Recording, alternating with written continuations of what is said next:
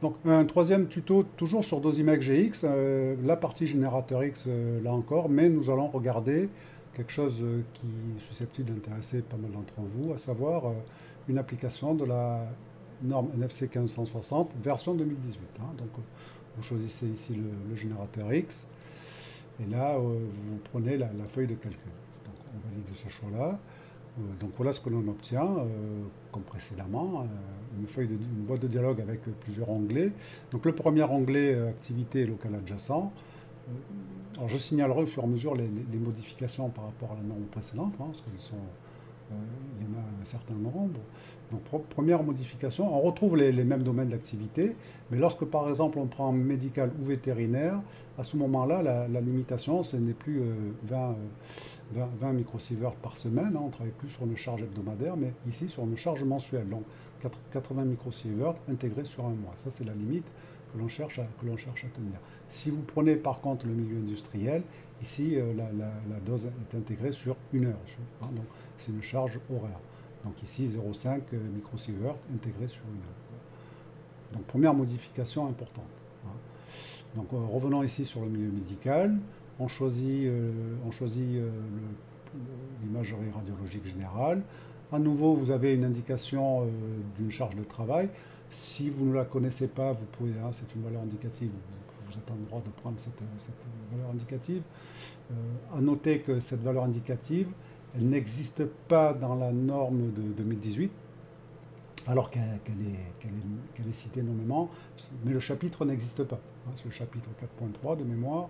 Donc nous avons repris les charges de la norme de 2011 et nous les avons adaptées. Nous sommes passés ici de la semaine au mois, et pour le milieu industriel, nous sommes passés d'une semaine à une heure. Donc on retrouve au prorata des heures les mêmes charges indicatives. Voilà. Donc ensuite, vous rentrez la nature du local. Donc les dénominations ont changé, mais l'esprit reste le même. Hein. Si vous prenez autre pièce adjacente, par exemple, vous retrouvez un facteur d'occupation du local égal à 1. Il faut ensuite choisir la nature du mur qui est en présence. Donc par exemple, 100 mm de béton. Vous retrouvez ici une petite application qui permet de calculer directement l'écran équivalent en plomb. Hein. Voilà, toujours conformément aux données de la norme. Une fois que vous avez rentré donc ces conditions d'irradiation, hein, ici alors on choisit, on va faire primaire et diffusé plus rayonnement de fuite. Étant entendu, rappelez-vous que si vous choisissez le rayonnement primaire et le rayonnement de fuite en même temps, la protection ne portera que sur le calcul du rayonnement primaire. Hein, on verra plus tard. Ensuite, deuxième onglet, vous rentrez les paramètres de la machine. Si vous prenez par exemple 70 kV en utilisation nominale. Hein. Alors, autre changement, en fonction des hautes tensions, vous avez des filtrations qui apparaissent ou pas. Là, par exemple, pour 70 kV, on a le beryllium, l'aluminium et le cuivre. Au-delà de 100 kV, le beryllium disparaît. Si vous prenez par exemple une filtration en aluminium, là encore une petite modification, les épaisseurs sont imposées hein, pour respecter l'esprit de la norme qui travaille avec des épaisseurs de filtration qui sont déterminées. Donc on va choisir 2 mm. Voilà. Donc là, ce sont les paramètres machine. Ensuite, les conditions d'irradiation. Donc pour le primaire, uniquement la distance du foyer au mur éclairé. Pour le diffusé, donc pareil, la distance de l'anode au milieu diffuseur. Donc on va garder 1 mètre si vous voulez bien. Et puis la distance peut être toujours 1 mètre.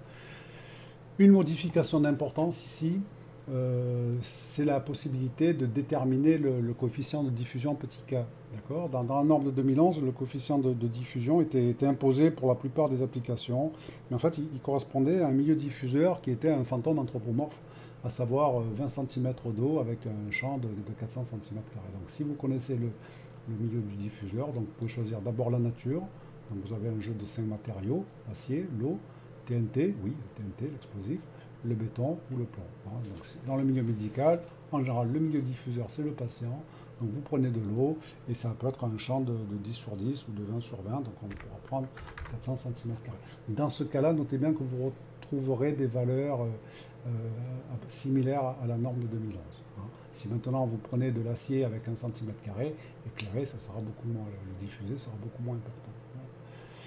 Donc, il nous reste à paramétrer les conditions du règlement de fuite. Là encore, vous avez deux paramètres avec des valeurs indicatives. En général, il est rare que les gens aient d'autres informations que ces données-là. Il nous reste donc à rentrer la distance au mur. On va garder 1 mètre. Donc, tout est rempli. Vous pouvez venir ici, lancer les calculs.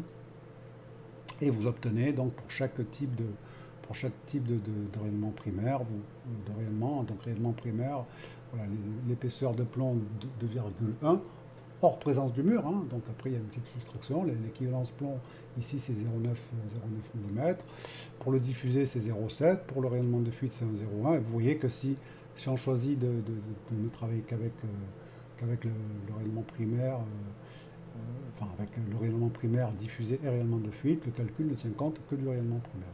Si on veut avoir un calcul plus précis sur le diffusé, en général, il est assez rare qu'on éclaire en même temps un mur avec le primaire et ou le diffusé. Hein. Donc on revient ici, on enlève le rayonnement primaire, hein, on revient ici, on relance le calcul, et on a ici uniquement le calcul sur le diffusé et le rayonnement de fuite, avec un algorithme interne qui prend en compte les deux épaisseurs, donc 0,7 et 1,02, d'accord, ça fait, voilà, on a 1,14.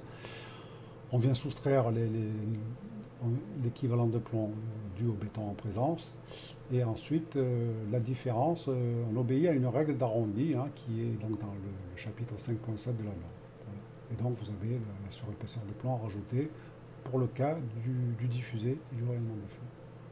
Voilà pour cette application-là. Je précise que vous avez un manuel spécifique pour cette application-là, un manuel qui contient aussi le dossier de validation. Pour cette application qui a été assez délicate, nous avons eu la chance d'avoir une équipe de bêta-testeurs, donc des gens du métier qui nous ont aidés à valider et à fortement améliorer cette application-là. Voilà, en vous remerciant.